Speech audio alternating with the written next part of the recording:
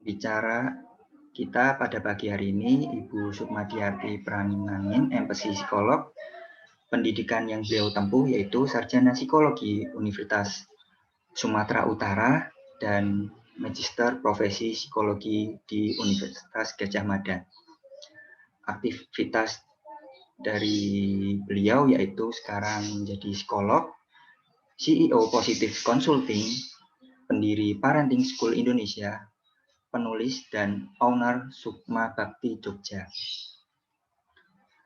Beliau juga menulis buku solo yaitu Parenting School Orang Tua Bahagia Anak Tumbuh Ceria, dan menulis buku antologi yaitu Seni Melewati Masalah, Sukses Menjadi Orang Tua Bahagia Bersama Al-Quran, Teka-teki Hijrah Muslimah, Perjalanan Menuju Baitullah, Cinta Tak Berjarak, dan Long Distance Marriage.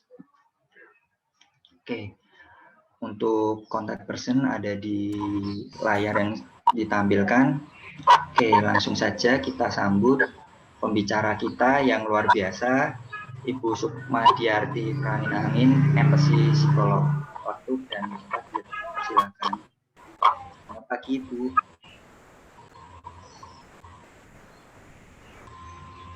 Ya, terima kasih Mas Nafi. Jadi masih ada mic yang hidup, boleh di-mute dulu Mbak Syarifah. Mbak Syarifah bisa di-mute dulu menonaktifkan ya. mic-nya. Oke, terima kasih. Baik, bismillahirrahmanirrahim. Assalamualaikum warahmatullahi wabarakatuh.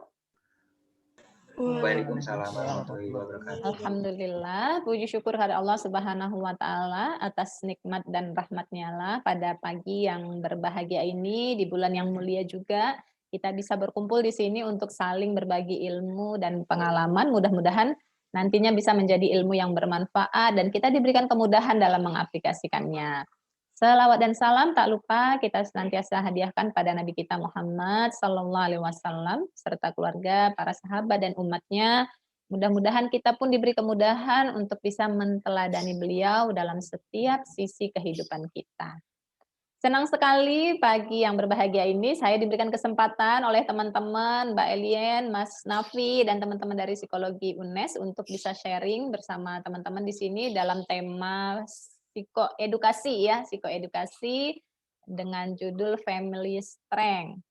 Oke, baik. Sebelumnya saya izin share screen ya. Mas, saya yang share aja boleh? Baik, Bu, bisa. Ini Mas Akmal bisa mengaktifkan share screen-nya. Saya dijadikan co-host dulu sudah ya? Sudah, Ibu.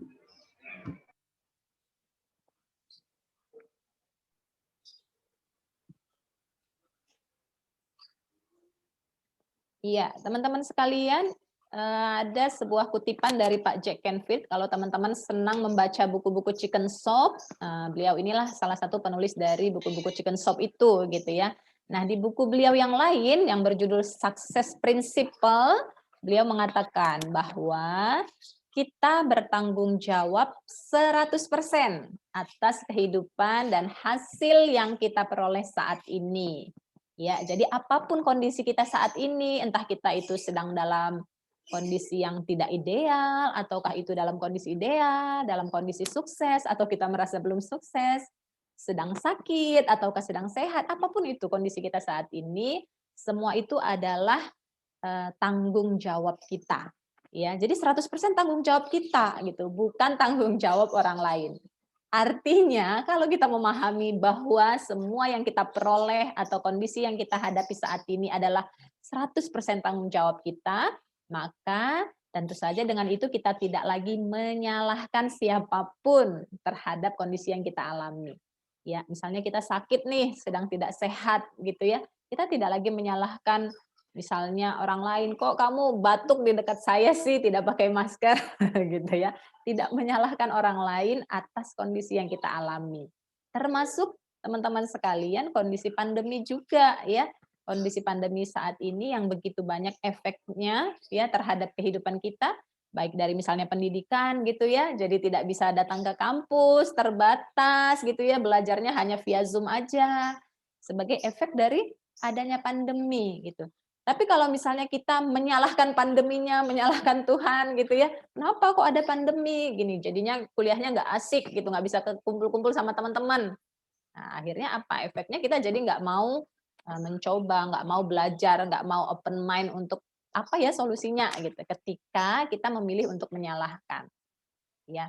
Tetapi ketika kita mengambil tanggung jawab penuh atas apapun kondisi yang kita hadapi, maka kita akan terbuka pikirannya. So what gitu ya? Apa yang harus saya lakukan dengan kondisi yang terbatas saat ini, pandemi yang ada seperti ini? Bagaimana caranya supaya saya tetap bisa belajar, tetap bisa connection dengan teman-teman, dengan dosen, bisa tetap juga mengembangkan diri. Apa yang bisa saya lakukan?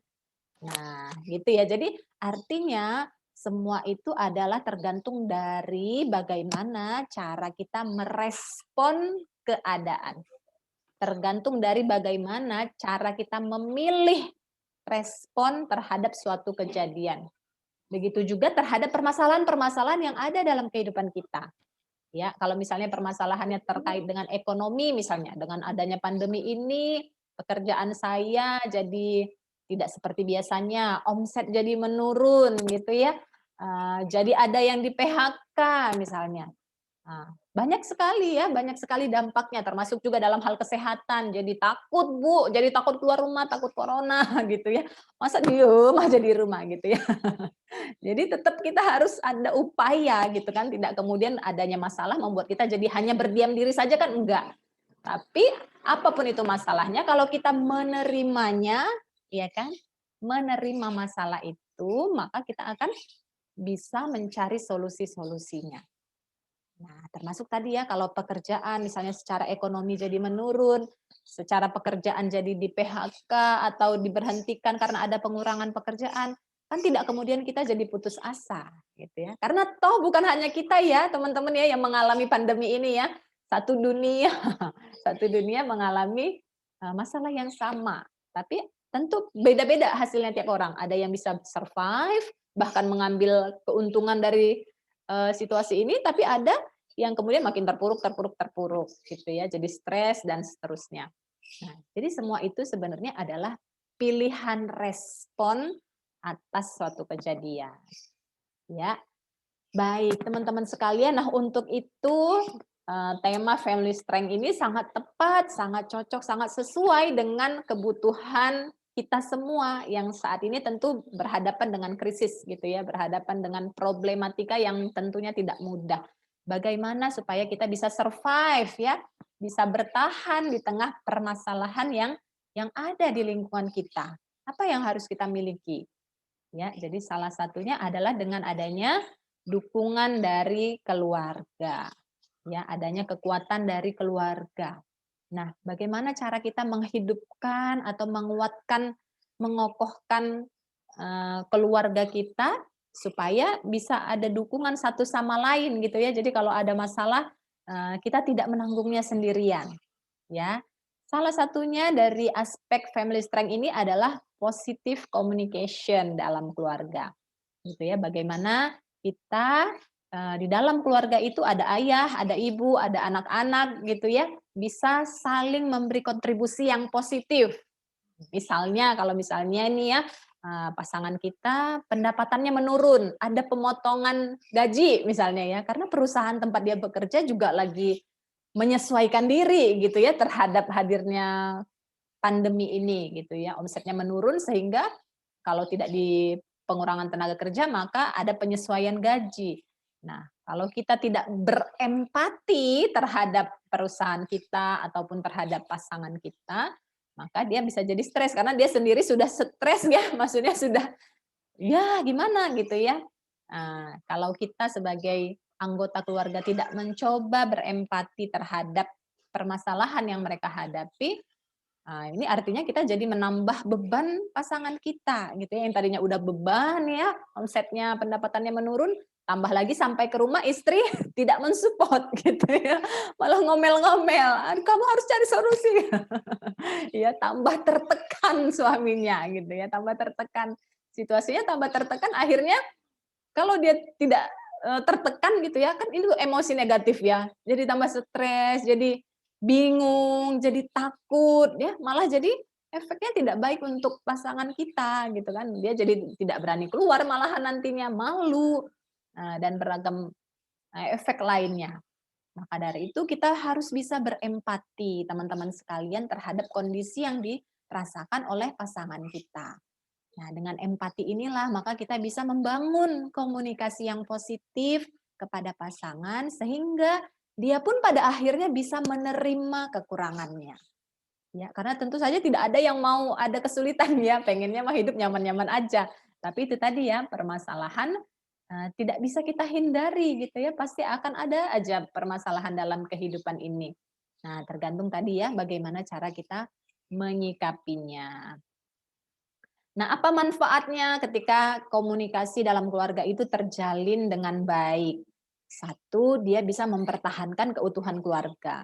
Contoh tadi ya, kalau misalnya suaminya lagi ada masalah di pekerjaannya, kemudian si istri bisa memahami kondisinya, malah bisa ikut mensupport gitu ya. Oke, saat ini kondisinya pasangan saya pendapatannya lagi menurun, tapi namanya pengeluaran tetap aja ada. Maka apa ya yang saya bisa bantu? Muncul inisiatif gitu kan. Kalau selama ini bertahun-tahun suami sudah kontribusi, maka tidak ada salahnya dong ketika suami sedang ada kesulitan saya ikut mensupport, memberikan bantuan yang saya bisa. Oh, saya mulai deh coba jualan online misalnya yang bisa saya kerjakan di rumah sehingga tidak mengganggu aktivitas saya dalam mengasuh anak. Nah, ini kan bisa mensupport pasangan tadi. Jadi keutuhan keluarga bisa terus terbangun, gitu ya. Kemudian ketika ada komunikasi yang lancar, kita bisa jadi saling mengenal dan memiliki hubungan dekat antara satu dengan lain. Kalau komunikasinya terbuka, kita jadi tahu apa kesulitan suami, apa permasalahan istri gitu ya, ketika semua permasalahan itu disampaikan secara terbuka. Jadi misalnya ya sebagai pasangan, misalnya sebagai suami, kalau posisinya suami, ketika ada masalah di pekerjaan atau di kantor, tidak ada salahnya juga untuk kemudian sharing dengan pasangan ketika kondisi perasaan kita udah tenang ya. Biasanya kan kalau bapak-bapak cenderung menyimpan ketika ada masalah, tidak ingin keluarganya ikut terbebani, cukup saya aja yang menanggung beban. Tetapi kondisi itu juga membuat istri jadi bingung, bapak-bapak. Ya, aduh ini suami saya kenapa mendadak jadi pendiam ya, gitu ya, misalnya seperti itu. Dia juga jadi bertanya-tanya, apakah saya yang salah atau gimana? Nah, sehingga ini juga perlu dikomunikasikan, sehingga istri juga bisa ambil peran, gitu ya. Oke, kalau suami saya lagi ada masalah, saya juga berusaha mencari solusinya. Sehingga dia juga merasa dilibatkan gitu ya. Karena namanya keluarga kan utuh gitu ya, tidak hanya suami aja sebenarnya yang bertanggung jawab, tetapi istri juga punya peranan. Sehingga ketika seorang suami bisa melibatkan istrinya dalam permasalahan yang dihadapi, ini juga akan meringankan beban yang ada dan hubungannya juga tambah erat. Suami merasa senang karena istri mau berkontribusi juga dan istri juga merasa senang karena dilibatkan. Ya, jadi saling mengenal satu sama lain. Kemudian apalagi manfaatnya ketika kita komunikasinya terbuka, permasalahan dalam keluarga pun bisa terselesaikan dengan baik. Ya, karena kalau komunikasinya tidak terbuka, ini yang sering muncul jadi permasalahan dalam keluarga ya, sehingga butuh konseling ya, Mas Nafi ya. Jadi ada konseling dan psikoterapi itu ya karena kurang terbuka satu sama lain, dipendem-pendem. Ya, akhirnya masalah yang sepele sekalipun ketika dipendem, nggak disampaikan, akhirnya jadi numpuk-numpuk. Begitu ada masalah kecil aja jadi meledak gitu ya, jadi butuh konseling ya Mas ya. Karena udah Iya, Bu. bertumpuk-tumpuk ya. Jadi masalah apapun itu harus diselesaikan secara terbuka. Ya, secara terbuka sehingga tidak menumpuk-numpuk. Ya, kadang-kadang bapak-bapak bingung kok istri saya ngajak komunikasinya itu lagi gitu ya. Ya karena mungkin pasangannya belum merasa puas atau belum klik ketemu jawabannya sehingga kita perlu saling berempati. Apa sih sebenarnya yang diinginkan istri saya, apa sih sebenarnya yang diharapkan suami saya. Nah, itu perlu disampaikan satu sama lain secara terbuka, sehingga tidak kayak dukun-dukunan gitu ya, harusnya kamu tahu dong Mas, gitu ya. Harusnya kamu tahu dong Dek, gitu ya. Ya, jadi kayak paranormal nanti harusnya tahu gitu ya, main kode-kodean, tidak gitu ya. Jadi perlu disampaikan apa yang kita senangi, apa yang tidak kita senangi, kita sampaikan secara terbuka kepada pasangan kita. Misalnya kayak bapak-bapak senangnya kalau pulang ya disambut dengan senyuman gitu ya. Nah, "Dek, kalau saya pulang kamu tuh mboken bukain pintu, sambut dengan senyuman," sehingga separuh dari masalah saya itu hilang gitu di depan pintu. Nah, itu kan perlu disampaikan sehingga istri juga tahu apa yang harus dia lakukan untuk menyenangkan pasangannya. Termasuk juga istri, apa yang disenangi istri, "Mas, Mbok ya kalau pulang, bawa makanan atau bawa jajanan," gitu. Sehingga, saya juga ketika menyambut kamu tuh lebih antusias gitu ya. Bukan harus sesuatu yang mahal, enggak, tetapi ada istri akan merasa, "Oh, suami saya ingat saya ya, ingat keluarga ya." Jadi ketika pulang, bawa sesuatu gitu. Tidak mesti setiap hari juga gitu kan, ada sesekali sehingga menjadi sebuah kejutan. Ya, itu tadi ya, komunikasi dalam keluarga. Nah, ini saling terbuka satu sama lain. Nah, kemudian ada juga, namanya komunikasi asertif ya. Teman-teman ketika kita bisa menyampaikan perasaan kita, permasalahan kepada orang lain tanpa membuat mereka menyakiti. Itu namanya kan komunikasi asertif ya. Jadi dia menggunakan pesan pesan saya gitu ya, bukan pesan kamu. Jadi pesan kamu itu maksudnya, "Kamu tuh loh Mas, harusnya tambah giat dong kerjanya. Mas, ini zaman lagi sulit." Nah, itu kamu gitu ya. Jadi orang yang merasa kayak merasa terpojokkan gitu ya. Salah lagi, salah lagi. Jadi akhirnya ketika dia merasa terhakimi atau terpojokkan, muncul dorongan ingin menyerang kembali gitu. Nah, sehingga perlu hati-hati juga ketika kita ingin, memberi kritik atau saran kepada pasangan atau kepada orang lain, kita pakai pesan saya tadi. Jadi pesan saya itu maksudnya kita mengawali kalimat kita itu dengan saya. Misalnya kalau panggilan kita Umi, maka disampaikan, "Umi merasa senang kalau Abi, eee, coba, berteman dengan yang lain." Misalnya ada apa, silaturahim ke teman lain atau ke senior supaya terbuka, peluang-peluang usaha yang bisa menambal kekurangan kita saat ini, gitu. Jadi mulai dari pesan saya merasa senang, saya merasa tidak nyaman kalau, nah jadi diawali dengan saya sehingga orang lain tidak merasa terhakimi, tapi pesan dan harapan kita sudah tersampaikan, ya. Nah ini ya, dalam komunikasi apa saja yang dibutuhkan? Adanya keterbukaan gitu ya. Nah itu tadi, keterbukaan tadi perlu disampaikan dengan etika gitu ya, sehingga orang lain yang disampaikan itu tidak tidak tidak deg-deg gitu ya, tidak merasa diserang, tapi merasa bisa berempati. Nah, kemudian adanya feedback. Nah, feedback itu ya umpan balik ya, ketika misalnya sudah dimulai komunikasinya kita tanggapin dong gitu ya. Jangan nanti misalnya pasangannya lagi ngajak ngobrol, kita sambil main HP gitu ya. Nah, ini juga membuat pasangan tidak nyaman gitu. Jadi, kita umpan balik itu juga bisa berupa dari, anggukan kepala, suara dehem ya, pandangan mata, itu juga merupakan feedback yang nyaman ketika seorang sedang berkomunikasi dengan kita. Kemudian yang ketiga, saling pengertian dan saling hormat atau empati gitu ya. Nah, ketika ada yang berkomunikasi dengan kita, kita hormati apapun itu jawabannya gitu ya. Misalnya suami, istri melakukan kesalahan gitu ya, terus suami menegur. Nah, ketika kita ditegur, kita hormati dong, bahwa suami kita sudah mau terbuka menyampaikan perasaannya, maka meskipun kita tidak, "Aduh itu nggak seperti yang sebenarnya," gitu ya, misalnya ya istri, "Aku tuh nggak gitu Mas," gitu ya. Harus bisa menghormati juga, oh iya, yang harus kita lakukan apa ketika kita ditegur? Kita terima. Nah, karena itu kan teguran yang disampaikan suami itu dari sudut pandangnya gitu ya. Maka kita terima aja, kita terima, tegurannya, masukannya, nah lalu kita perbaiki semampunya begitu ya. Tidak tidak harus ketika komunikasi itu harus berbalas pantun itu enggak gitu ya. Enggak gitu, bukan gitu juga gitu ya. Tapi yang paling penting adalah nah itu mengerti, oh seperti itu yang kamu inginkan. Gitu ya, sehingga tidak terjadi kesalahpahaman berikutnya. Kemudian yang dibutuhkan lagi dalam komunikasi itu adalah kemampuan untuk mendengarkan. Ya, jadi mendengarkan itu teman-teman memang skill yang butuh dilatih gitu ya. Ya, kita sadar sih kita punya 2 telinga, tetapi kita lebih senang berbicara, senangnya ingin didengarkan.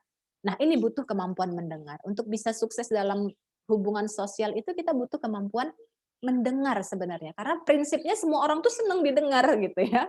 Nah, jadi kalau kita ingin memperbaiki misalnya suatu hubungan dengan pasangan misalnya selama ini agak berjarak, nah kita latih nih otot mendengarnya. Bapak-bapak juga, yang ibu-ibu juga begitu. Latih otot mendengarnya. Apa sih yang kamu rasakan?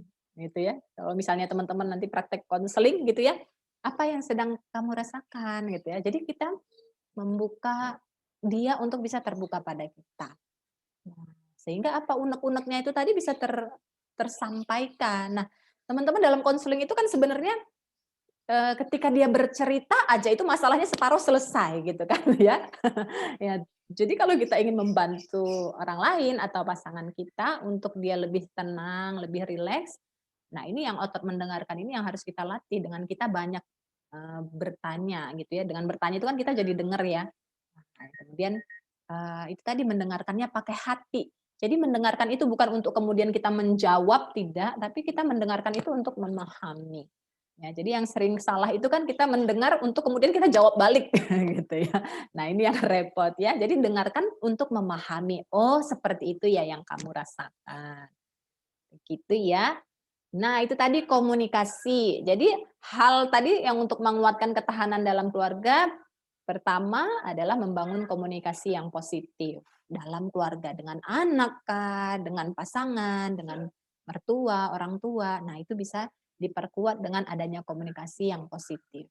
Kemudian yang kedua adalah memiliki waktu bersama, ya, time together, waktu yang berkualitas. Nah, waktu yang berkualitas ini teman-teman masuk dalam 5 bahasa cinta. Kalau teman-teman pernah belajar dari Gary Chapman ya, 5 bahasa cinta atau five love language, supaya orang lain itu merasa disayangi, merasa kita cintai, ada 5 caranya. Ya, ini salah satunya waktu berkualitas. 5 lainnya apa? Sentuhan fisik. Ya, jadi misalnya kayak suami pulang kerja ya disalim, nah itu kan sentuhan fisik, mau pergi kerja disalim, cipika-cipiki, ada sentuhan fisik sehingga dia merasa merasa disayangi. Termasuk ke anak gitu ya, perbanyak sentuhan fisiknya untuk selain mendekatkan emosional kita, kontak batin kita, juga membuat orang tersebut juga merasa disayang, kita juga merasa merasa semakin dekat. Kemudian apalagi hadiah. Nah, bisa membuat orang lain merasa disayangi oleh kita adalah dengan memberikan hadiah. Tidak harus mahal kok hadiah itu ya. Nah, kadang-kadang di momen spesial itu bisa kita praktekkan sehingga dia merasa, "Oh, saya diperhatikan ya. Oh, kamu inget ya." Gitu ya. Kemudian pelayanan, yang ketiga pelayanan. Misalnya kalau pasangan pulang kerja sudah disiapin teh, apa makanan kesukaannya atau bukaan yang dia suka, ya kan. Ini pelayanan. Misalnya diambilin bajunya, ya kan. Nah, begitu juga ke istri kalau misalnya lagi sedang tidak sehat, kita pijiti. Nah, itu juga pelayanan, gitu ya. Kemudian apalagi kata-kata positif, ya, kata-kata pujian. Nah, itu penting juga apresiasi, ya, memberikan apresiasi kepada anggota keluarga kita, gitu ya. "Makasih ya Mas, kamu udah, kerja capek-capek dari pagi sampai malam," gitu ya. "Sini saya pijitin," gitu ya. Jadi dapat 2 nih, kata-kata positif sama pelayanan juga. Nah, itu penting gitu ya, jadi jangan pelit memberikan pujian gitu ya, karena nah ini cara yang sangat simpel sebenarnya, tapi bisa berefek besar gitu ya, membuat orang yang kita sayang merasa disayang. Ya, yang repot itu kan kalau kita merasa sudah mencintai, tapi yang dicintai merasa belum gitu loh. Jadi kurang gitu ya. Kalau istilahnya, misalnya suami kita butuhnya makan, kita ngasihnya minum terus ya, udah berjerigen-jerigen kita kasih minum, nggak puas. Kenapa? Karena nggak pas. Yang dia butuhkan makan dikasih minum. Nah, itu tadi. Makanya kita harus mengenal apa sih bahasa cinta pasangan kita, apa sih yang buat dia merasa dicintai, sehingga ketika itu kita berikan dengan tepat, walau sedikit, puas gitu loh, karena pas dia. Misalnya dia sering mintanya, dipijitin gitu ya, kitanya merasa mencintainya dengan memberikan makanan yang enak, nggak pas gitu ya. Waduh, makanannya banyak yang enak, tapi kalau dia kebutuhannya untuk misalnya dipijit atau misalnya apa, tidak terpenuhi akan terasa kurang gitu. Dia merasa, "Oh, kamu kok nggak nurut ya?" Gitu. Nah, jadi nggak match ya. Jadi perlu kita lebih peka mengenali apa sih yang, diinginkan pasangan kita. Nah, kemudian yang terakhir itu adalah waktu berkualitas ini. Nah, waktu berkualitas ini kayak misalnya couple time itu ya. Nah, jadi ambil waktu, apalagi kalau sudah punya anak, biasanya waktunya, apalagi anaknya masih kecil-kecil gitu ya, mau punya waktu berdua itu kayaknya susah gitu ya. Baru anaknya bobo sebentar, bangun lagi gitu ya, buyar lagi ya. Nah, jadi harus bisa menyiasati untuk bisa memiliki waktu berkualitas berdua dengan pasangan. Begitu juga kalau misalnya dengan ingin membangun relationship dengan anak gitu ya, punya waktu yang, berkualitas dengan anaknya. Misalnya anaknya ada 3 gitu ya, gimana membuat ini tiga anak ini tetap merasa disayang, maka kita, perlu ada couple time dengan anak. Misalnya anak yang pertama waktunya hari Senin misalnya, yang kedua bobo barengnya sama Umi hari Selasa, jadi bergantian. Sehingga mereka punya ruang spesial bersama kita. Nah, itu akan membuat mereka merasa dicintai. Nah, ini ya, ini manfaatnya apa? Ikatan keluarga jadi semakin kuat, kondisi emosional jadi stabil, ya, kemudian bisa membentuk keluarga yang harmonis. Ini ada tips mengatur waktu bersama keluarga, gitu ya. Dibutuhkan sikap sensitif terhadap kebutuhan diri sendiri. Oke, ya. Jadi perlu juga adanya me time, gitu ya. Tadi kalau udah couple time ada, couple time bersama anak juga ada, tapi kita juga butuh untuk ngecas diri kita sendiri. Ya, misalnya baru pulang kerja capek gitu ya, boleh, misalnya, "Ayah mandi dulu ya," atau "Umi mandi dulu ya." Nah, mandi itu kan juga bagian dari me time ya, menyegarkan diri kita. Jadi kita sampaikan kalau misalnya kita lagi butuh waktu untuk diri kita sendiri, kita boleh loh menyampaikannya ke pasangan, ke anak-anak, "Umi lagi letih, Umi minta waktu ya, misalnya berapa, setengah jam ya, Umi istirahat dulu ya, Umi kunci pintu ya," atau "Jangan ganggu dulu," disampaikan. Sehingga mereka tidak merasa, kan udah kangen nih, dari pagi sampai sore Umi di luar, pulang kok ini." Nah, ya setelah kita menyapa mereka, kita bisa minta waktu untuk diri kita sendiri, lalu kembali lagi kepada mereka dengan energi yang sudah lebih full gitu ya. Karena kalau lagi capek, kemudian kita megang semuanya juga nanti takutnya emosinya nggak optimal gitu ya, masih banyak emosi capeknya, jadi sedikit kepentok langsung jadi langsung mudah marah-marah gitu ya. Jadi kita yang paling kenal diri kita kan gitu ya, jadi kalau kita tahu bahwa kita lagi, capek atau lagi kesel, nggak apa-apa, ambil ruang untuk diri sendiri. Itu ya. Kemudian yang ketiga tadi yang pertama komunikasi, yang kedua tadi apa ini namanya, eee, waktu bersama, yang ketiga adalah apresiasi dan afeksi. Apa itu apresiasi? Apresiasi adalah cara kita kemudian untuk meningkatkan dan memotivasi orang lain, untuk mengoptimalkan kemampuan mereka gitu ya. Jadi apresiasi.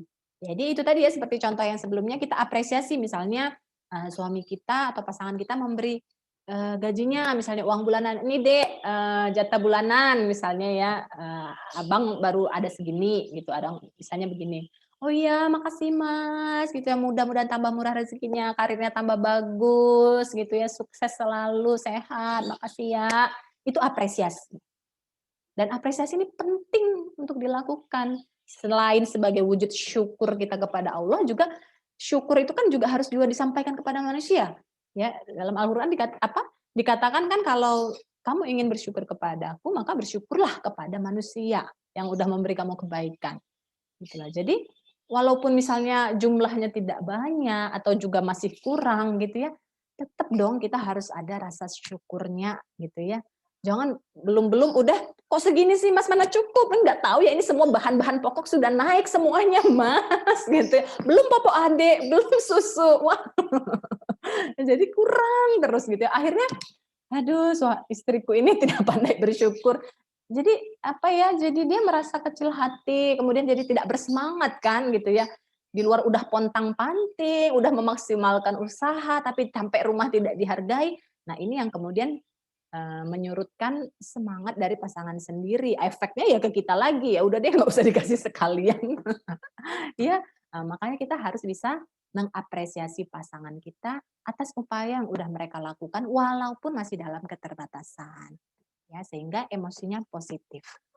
Ya, siapa yang bersyukur maka akan Allah tambah lagi nikmatnya, ya kan? Nah, maka walaupun adanya belum memuaskan, tetap kita syukuri. Itu tadi ya, ketika bersyukur itu kan energinya positif. Kita yang bersyukur energinya jadi positif, Allah pun senang, pasangan pun senang gitu ya, sehingga nambah lagi semangatnya. Aduh, istriku ini aku tahu ini nggak cukup untuk kebutuhan kita, tapi dia bersyukur. Ya Allah, tambahlah rezekiku, tambah semangatlah aku mencari kerja, mencari rezeki. Istriku pandai bersyukur, masa aku tidak bisa membahagiakannya. Jadi muncul semangat itu dari dalam diri suami. Begitu juga seorang suami kepada istrinya. Ya Allah, dari pagi sampai malam, mungkin aku menghadapi orang-orang dewasa masih bisa. Ini istriku dari pagi sampai malam, berhadapan dengan anak, yang aku aja kalau sebentar aja megangnya udah kewalahan gitu ya. Istriku bisa dari pagi sampai malam merawat anak kami. Pasti dia juga tidak mudah mengerjakan semua itu. Maka suami pun mengapresiasi istrinya. Nah, gitu ya. Makasih ya sayang, kamu udah merawat anak kita, gitu ya. Jadi saling, teman-teman saling. Tidak bisa hanya diri kita sendiri yang ingin dipahami, tapi kita juga harus bisa memahami dan mengapresiasi apa yang sudah dilakukan oleh pasangan kita. Termasuk juga nantinya ke anak-anak gitu ya. Bagaimana kita bisa mengapresiasi misalnya ketika mereka melakukan suatu kebaikan, misalnya belajar sholat, belajar puasa, atau mereka sudah bisa makan sendiri. Nah, ini juga perlu kita berikan apresiasi sehingga motivasi itu nantinya akan hadir dari dalam diri mereka. Oke. Nah, ini ya, jadi manfaat untuk afeksi. Afeksi itu perasaan ya, afeksi.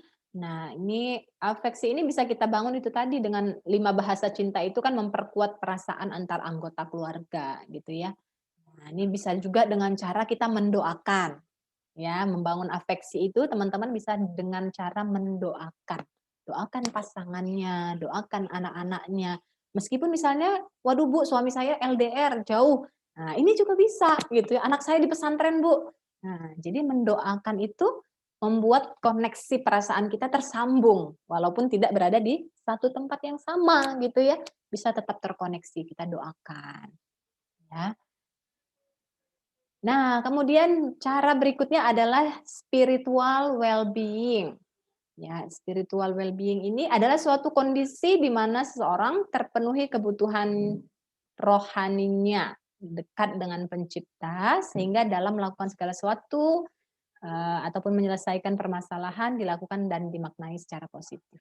Ya, seperti yang disampaikan di awal tadi ya, bahwa apapun kondisi atau permasalahan yang kita hadapi saat ini, itu semua datangnya dari Allah, iya kan? Takdir ya.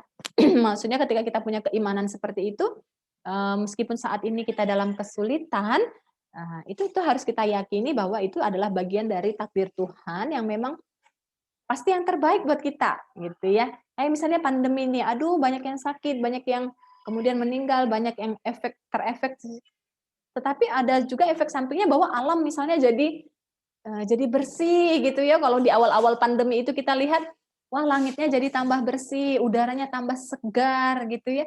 Nah, kita kan tidak tahu apa aja hikmah di balik dari suatu peristiwa.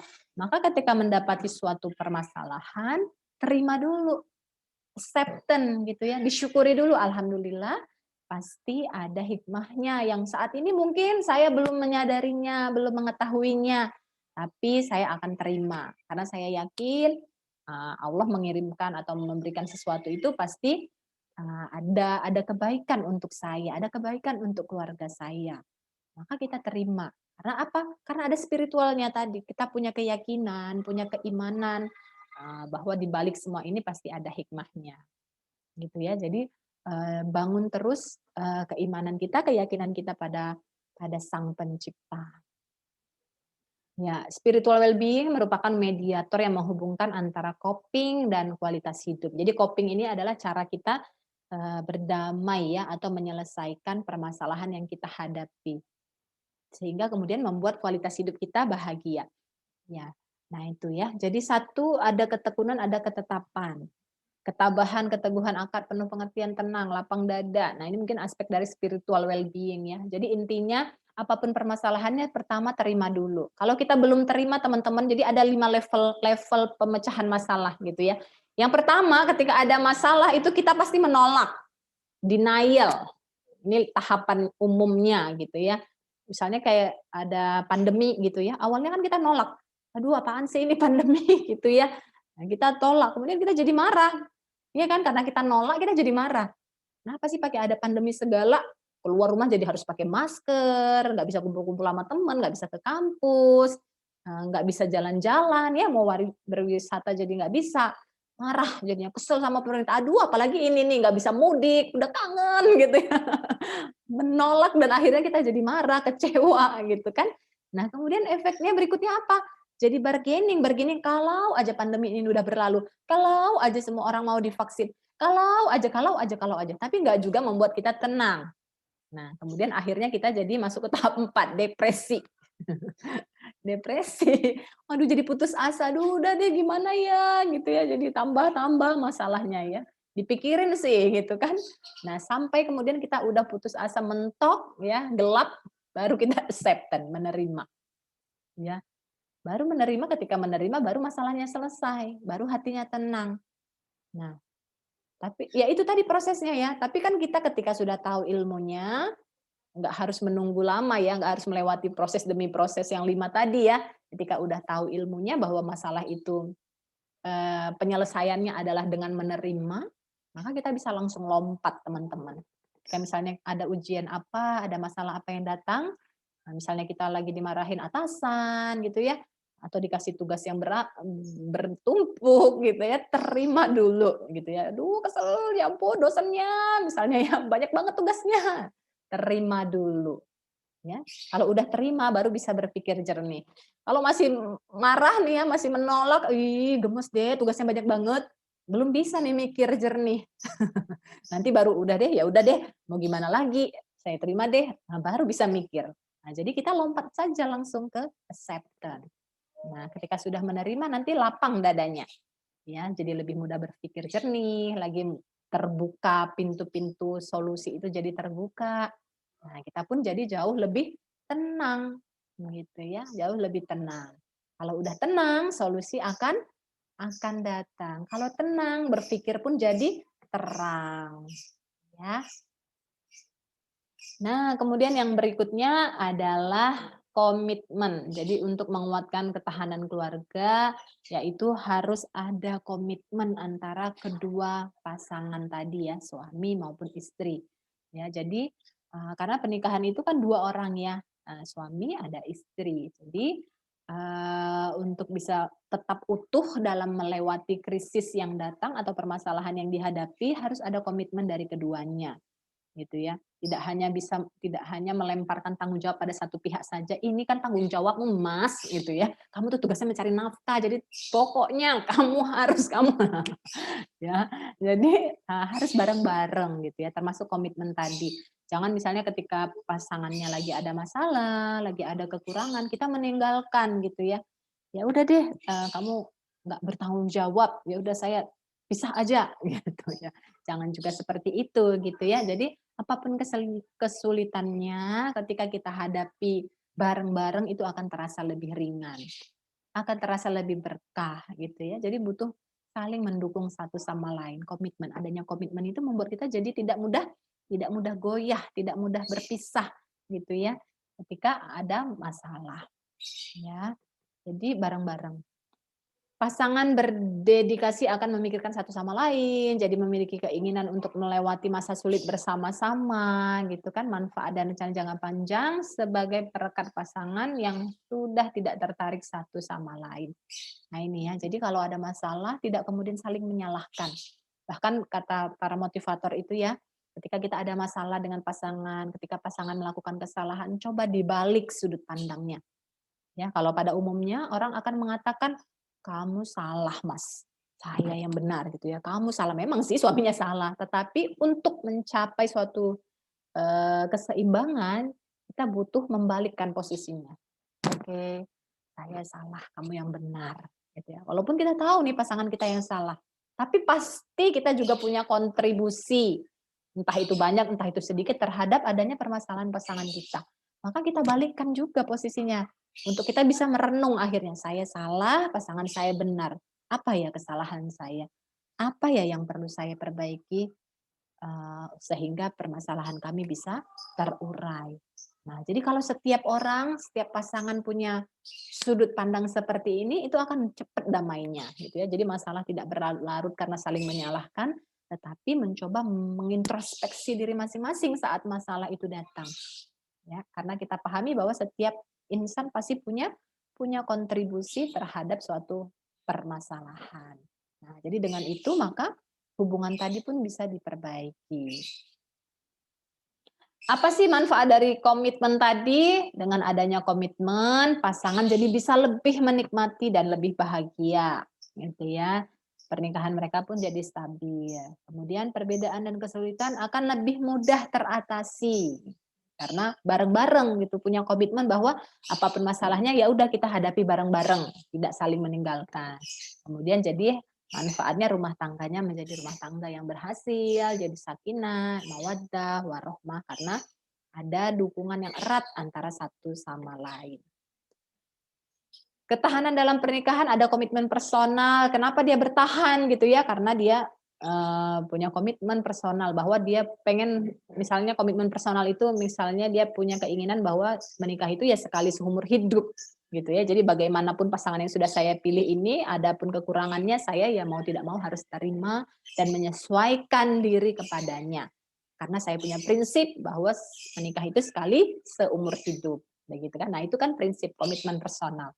Kemudian ada juga yang namanya komitmen moral. Komitmen moral ini ya tanggung jawab secara sosial gitu kan, bahwa ya pernikahan itu harus ini ya tidak berpisah gitu, karena ada komitmen moral untuk menjaga keutuhan rumah tangga gitu ya, bahwa kalau misalnya berpisah itu adalah sesuatu yang dimurkai Allah misalnya ya, sehingga dia punya tanggung jawab moral untuk menjaga keutuhan rumah tangganya walaupun saat ini belum ideal gitu ya, belum sesuai harapannya, tetapi adanya komitmen-komitmen inilah yang kemudian menguatkannya untuk kemudian belajar gitu kan. Belajar apa ya yang harus saya perbaiki, bagaimana ya cara menyesuaikan diri saya dengan pasangan saya, nah, sehingga kondisinya bisa terus-menerus terperbaiki gitu ya. Tidak menyerah dengan keadaan, aduh pasangan saya tidak bisa berubah Bu, bagaimana saya bisa bertahan gitu ya. Nah, jadi bukan pasangannya yang dituntut untuk berubah, tetapi diri kita yang juga harus bisa berubah, menerima pasangan kita misalnya, menyesuaikan diri dengan apa yang dia tidak suka, apa yang dia suka gitu kan. Nah, itu kan perlu gitu. Jadi tidak hanya menuntut, tetapi mencintai itu kan sesungguhnya adalah memberi. Gitu ya. Jadi tidak hanya menuntut, harusnya kan dia begini Bu, harusnya kan dia begitu. Nah, tidak hanya seperti itu, tetapi kalau kita ingin bahagia dalam pernikahan itu kita perbanyak memberi, perbanyak menerima, gitu kan. Misalnya tadi ya apa kesukaannya, apa yang tidak disukainya, nah itu perlu kita jaga. Jangan sampai kita justru sebaliknya melakukan apa yang tidak disukai pasangan. Misalnya ada pasangan nih ya, eee, dia tidak suka kalau misalnya istrinya belanja tanpa seizinnya, walaupun pakai dana pribadinya sendiri, misalnya si istri bekerja, ya kan, atau misalnya dia dapat kiriman dari orang tuanya gitu kan, nah, sehingga dia bebas nih menggunakan mau beli apa, beli apa sesuka hatinya. Nah, sementara suami nggak suka, bukan karena nggak boleh, tetapi ya suami punya pertimbangan, ya jangan boros misalnya ya, harus bisa menempatkan diri. Saya misalnya pendapatannya masih terbatas, karena itu kan mempengaruhi harga diri suami ya, walaupun kita misalnya punya pendapatan sendiri, tetapi ketika kita tidak bisa pandai-pandai menempatkan diri, nanti terganggu harga diri suaminya gitu kan. Nah, maka kita harus juga bisa saling saling menjaga, apa sih yang tidak disukai pasangan kita, harus bisa kita kita kenali, oh apa ya, sehingga kita bisa komitmennya semakin kuat. Nah, begitu juga komitmen struktural, kita harus paham sebagai suami tugas tanggung jawabnya apa, sebagai istri juga harus dipahami apa sih tugas tanggung jawabnya masing-masing ini apa.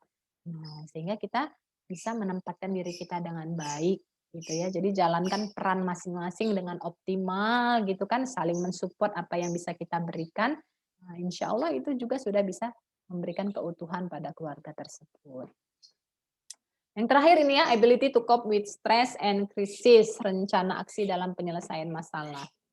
Coping gitu ya, suatu upaya untuk meminimalisir situasi yang penuh tekanan baik secara kognitif maupun secara perilaku. Jadi memang awalnya itu dari pikiran kita, teman-teman sekalian.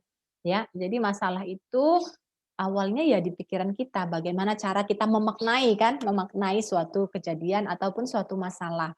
Kayak tadi misalnya ada pemotongan gaji, misalnya ya ada corona atau ada yang sakit. Bagaimana kita memaknai atau memikirkan masalah tersebut? Waduh, gawat nih, suami saya dipotong gajinya, bisa makan apa nih? Nah, itu kan cara kita berpikir. Oh, maka pikirannya itu yang harus dikondisikan dulu gitu. Nah, supaya kita bisa berpikir jernih, maka harus dikondisikan perasaannya. Perasaannya harus dalam kondisi tenang. Kalau perasaannya dalam kondisi takut, ya, maka otomatis pikirannya juga negatif. Kenapa? Karena perasaan itu memiliki peran yang jauh lebih besar loh. Ya, jadi berdasarkan penelitian itu ya 88% kontribusi dari perasaan terhadap perilaku. Ya, bayangkan 88%. Sedangkan pikiran hanya berkontribusi 12% saja terhadap perilaku kita. Jadi bayangkan kita akan susah berpikir bahwa masalah ini akan terlewati kalau perasaan kita masih dominan takut, ya. Jadinya malah menghindar dari masalah gitu kan karena perasaannya masih takut. Jadi ragu-ragu dong mau bertindak apa gitu, takut gagal, takut misalnya merugikan, takut salah ya. Maka perasaannya dulu yang kita kondisikan. Ya, kita kondisikan ke kondisi tenang. Nah, ini dengan coping stres ini ya. Coping stresnya bisa nanti dengan atur nafas atau meditasi, teknik mindful, ataupun terapi-terapi lainnya untuk mengubah perasaan kita. Ya, kemudian strategi copingnya nanti tergantung permasalahan yang dihadapi gitu ya. Jadi ada strategi coping untuk meningkatkan pendapatan, mengurangi pengeluaran, memisahkan kebutuhan dan keinginan. Nah, ini kalau dia berkaitan dengan permasalahan terkait dengan perekonomian ya. Jadi kalau kita misalnya tadi ada pemotongan gaji, pendapatannya menurun, maka kita pun harus bisa menyesuaikan pola hidup kita gitu ya. Jadi misalnya kalau sebelumnya mau belanja terserah saja, bebas karena pendapatannya banyak gitu ya, tetapi karena efek pandemi pendapatannya menurun, maka harus ada pula yang disesuaikan gitu kan. Misalnya tadi ya pengeluarannya harus dibatasi, ya harus dibatasi apa yang bisa ditekan pengeluarannya kita tekan, ya kan. Kemudian memisahkan antara kebutuhan dan keinginan. Nah ini penting ya, apalagi kalau udah punya anak gitu kan. Anaknya mau minta apa aja, ada aja itu yang mau diminta, mau mainan ini Mi, mau mainan ini. Nah, kita harus bisa pisahkan, mana yang memang kebutuhan, kalau kebutuhan kan artinya harus ya, misalnya kebutuhan untuk minum susu, popok gitu kan. Nah, itu sesuatu yang kebutuhan karena wajib, wajib terpenuhi. Nah, tapi kalau keinginan misalnya mainan atau misalnya baju baru ya, sepatu baru, mobil baru, itu kan sesuatu yang sifatnya keinginan. Nah, nggak wajib-wajib banget, kalaupun nggak ada kita masih bisa survive gitu ya. Misalnya kayak kendaraan baru, nah, kita masih punya Gojek nih, banyak Gojek, Gokar gitu ya, kita bisa manfaatkan itu. Sehingga tidak mengeluarkan hal-hal yang bisa membebani kondisi kita. Udah tahu kondisi pendapatannya lagi menurun, ya pengeluarannya diminimalisir. Sehingga itu tadi ya, tidak menimbulkan stres baru gitu ya. Nah, ini rencana aksi pemecahan masalahnya. Pertama identifikasi masalahnya, ya. Apa sih sebenarnya masalahnya gitu? Apakah memang karena pendapatan yang menurun atau mungkin karena ada ketakutan gitu ya. Jangan-jangan bukan karena pendapatan suami menurun tapi karena takut gitu ya. Ada takut gitu. Ada rasa takut. Makanya cara untuk mengidentifikasi masalah itu bisa menggunakan 5 atau 7 why gitu ya. Kalau teman-teman pernah dengar gitu ya. Nah, itu teknik untuk kita menggali akar masalah kita. Jadi kita bertanya sebanyak 5 kali atau 7 kali, semakin banyak semakin bagus sampai ketemu akar masalahnya. bertanya mengapa sebanyak 5 kali pada diri kita sendiri. Nah, misalnya, Bu, suami saya ini gajinya dipotong gitu ya. Mengapa suami kamu gajinya dipotong? Karena perusahaan lagi menurun omsetnya. Mengapa perusahaan lagi menurun omsetnya? Karena pandemi, Bu. Customer-nya jadi tidak banyak yang repeat order. Mengapa customer-nya tidak repeat order? Ya karena mereka juga lagi kesulitan ekonomi, Bu. Mengapa kesulitan ekonomi? Ya, karena ya pandemi, Bu, gitu kan. Nah, itu cari terus ke akar masalahnya. Terus apa? Oh, jadi akhirnya dari menggali masalah itu, oh ternyata bukan kita aja ya. Dari kita menggali akar tadi kan kita jadi ketemu ya, oh ternyata bukan bukan perusahaan saya saja yang menurun omsetnya, tetapi juga customer-nya juga menurun omsetnya. Berarti juga skala keluarga juga seperti itu. Artinya, oh ternyata bukan saya aja berarti yang mengalami masalah ini. Nah, perasaan seperti itu juga akan membuat kita udah hilang sendiri masalahnya gitu ya. Oh ternyata bukan saya aja yang mengalami masalah ini, tetapi banyak juga keluarga lain yang mengalami masalah ini, gitu ya. Nah, dengan mengidentifikasi masalah, kita jadi bisa membuat alternatif masalah. Oke, kalau ternyata bukan saya aja yang mengalami permasalahan ini, nah maka alternatif pemecahannya masalahnya apa?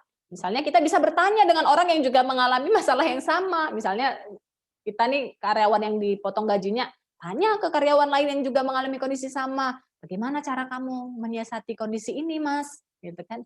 Oh iya, kita gimana kalau kita collab yuk? Nah, buat solusi apa yang bisa kita kerjakan misalnya. Ada ide-ide usaha apa yang tanpa modal misalnya. Jadi kita bisa mencari alternatif pemecahan masalah ketika kita tahu bukan hanya diri kita yang mengalami masalah itu gitu kan. Atau mencari solusi yang lain. Nah, kemudian yang berikutnya adalah menerapkan solusi tersebut. Misalnya kalau solusinya ternyata ya saya harus membuka usaha online misalnya yang tanpa modal, bisa jualan dulu tanpa harus punya barangnya, kan banyak ya sekarang ya menjadi reseller-reseller. Nah, kita bisa mencoba itu gitu kan. Yang penting ada kemauan, ada keberanian gitu kan. Ada aja jalannya. Jadi tidak menyerah pada keadaan. Nah, dengan itulah maka permasalahan apapun yang kita hadapi akan bisa terselesaikan dengan baik. Sebagai penutup, teman-teman sekalian, ada perkataan dari Aristoteles yang mengatakan bahwa pribadi yang bahagia bukanlah mereka yang terbebas dari penderitaan, ya. Bukan pula mereka yang bisa mendapatkan apa saja yang mereka inginkan, ya. Tapi pribadi yang bahagia adalah mereka yang bisa mengembangkan dirinya untuk menjadi persembahan dan memberi manfaat bagi orang lain. Nah, mantap ya. Jadi bukan yang bahagia itu bukan berarti dia nggak punya masalah. No, orang yang bahagia itu juga punya masalah loh, tapi dia memilih untuk bahagia. Ya, jadi karena bahagia itu pilihan. Jadi bukan berarti nggak punya masalah. Ya kayak misalnya corona semua juga mengalami itu, gitu kan. Tapi ada yang survive, ada yang tetap happy karena dia memilih untuk bahagia. Ya. Nah, kemudian bagaimana supaya kita cepat bisa bahagia, Bu? Supaya bisa cepat bahagia ini tadi, mengembangkan diri kita, potensi kita untuk bisa memberi manfaat pada orang lain. Ya, jadi semakin banyak manfaat yang bisa kita berikan kepada orang-orang di sekitar kita, maka semakin bahagialah kita. Semakin banyak kebaikan yang bisa kita bagikan pada pasangan kita, pada anak-anak kita, maka semakin perasaan kita pun menjadi tenang dan bahagia. Nah, jadi cara tercepat untuk bisa menyelesaikan masalah kita bagaimana teman-teman? Bantu masalah orang lain ya. Semakin banyak kita bantu, semakin cepat permasalahan kita terselesaikan. Kenapa? Karena tangan Tuhan akan ikut turun membantu kita ketika kita membantu permasalahan orang lain. Demikian yang bisa saya sampaikan. Saya kembalikan lagi kepada Mas Nafi. Terima kasih. Assalamualaikum warahmatullahi wabarakatuh. Waalaikumsalam Waalaikumsalam warahmatullahi warahmatullahi wabarakatuh. wabarakatuh. Terima kasih Bu atas penyampaian materi yang sangat luar biasa. Mungkin dari peserta ada yang ingin bertanya, langsung dipersilahkan, bisa on mic-nya. Adakah yang ingin bertanya? Saya mau bertanya, tapi Silakan, maaf nggak bisa on Mbak cam. Maya. Ya. Iya, tadi sebenarnya tertarik dengan materi tentang komunikasi keluarga. Nah, di situ kan komunikasi keluarga, saya mikirnya ada nggak sih batasan antara apa yang perlu dikomunikasikan, apa yang perlu tidak gitu, antara istri dengan suami ataupun anak dengan orang tua seperti itu, Bu.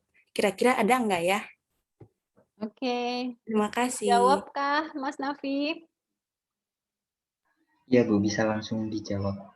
Oke, terima kasih Mbak Maya untuk pertanyaannya. Bagaimana tadi tentang komunikasi keluarga, apakah ada batasan ya antara apa yang perlu disampaikan dengan apa yang tidak perlu disampaikan? Sebenarnya tidak ada batasan juga gitu ya, tetapi hanya yang perlu dibatasi adalah kapan dan bagaimana cara menyampaikannya atau mengkomunikasikannya. Kenapa itu penting? Kapannya? Ya karena itu tadi, emosi itu bersifat menular. Jadi kalau misalnya Mbak Maya lagi kesel atau marah kepada pasangannya, dan kemudian ingin segera mengajak, "Ayo, ayo dibahas ini masalahnya, harus terselesaikan saat ini juga." Nggak bisa. Kenapa? Karena Mbak Maya lagi marah. Dan marah kita itu akan mempengaruhi perkataan yang kita sampaikan. Jadi kita cenderung bisa berkata kasar gitu ya, atau menyakiti, atau menghakimi, atau memojokkan, karena emosinya lagi dominan, lagi marah. Nah, sehingga pasangan kita juga nanti tidak nyaman ketika diajak komunikasi. Kalau dia tidak nyaman, tidak terbuka, kitanya tambah marah lagi. Ya, tambah marah lagi, akhirnya jadi masalah baru lagi. Jadi kapannya ini perlu kita kita kendalikan. Jadi sampaikanlah atau ajaklah komunikasi dalam kondisi ketika kitanya sudah merasa tenang, sudah lebih rileks gitu ya. Nah ini, makanya ketika ada suatu masalah, kita ini punya jeda loh sebelum merespon. Nah, jedanya inilah yang kita manfaatkan untuk menenangkan diri. Bisa atur nafas. Nah, itu teknik yang cepat membuat emosi kita mereda. Jadi nggak langsung respon. Waduh, misalnya dengar anak nangis gitu ya. Wah, gitu ya. Sebel kakaknya ini ya misalnya. Nah, itu perlu kita jeda diri kita sebelum merespon. Supaya apa? Supaya responnya nggak salah. Tadinya kita mau negur anak kita nih karena dia melakukan kesalahan. Tapi ketika kita menegurnya dalam kondisi kitanya marah gitu ya, sudah menghakimi bahwa kamu yang salah, jadinya keliru gitu ya, komunikasinya nggak jalan, nggak sukses. Kenapa? Karena pesan yang kita berikan tidak diterima dengan baik. Yang diterima mereka apa? Emosi kita. Bahwa mama, Umi, bunda, mamanya lagi marah, istrinya lagi marah. Jadi yang ditangkapnya bukan pesan kita lagi, tapi emosi kita. Nah, emosinya ini menular ya. Nah, jadi kalau kita menyampaikan kemarahan, maka yang diterima kemarahan. Akhirnya muter marahnya. Ya, jadi perlu diperhatikan kapannya dan kemudian bagaimana caranya. Ya, cara-cara komunikasinya tadi ya, bisa pakai komunikasi asertif. Misalnya saat kita ingin menegur, pakai teknik asertif. Saya merasa tidak nyaman, Mas, kalau kamu pulang terlambat nggak ngabari. Ya, saya seneng kalau Mas ngasih gajiannya tepat waktu, misalnya. Nah, itu disampaikan. Saya merasa senang, saya ingin. Jadi yang disampaikan harapan dan keinginan kita, gitu ya. Begitu ya, Mbak Maya ya. Jadi kalau Iya, kalau kontennya sih kurang lebih kita yang paham lah ya.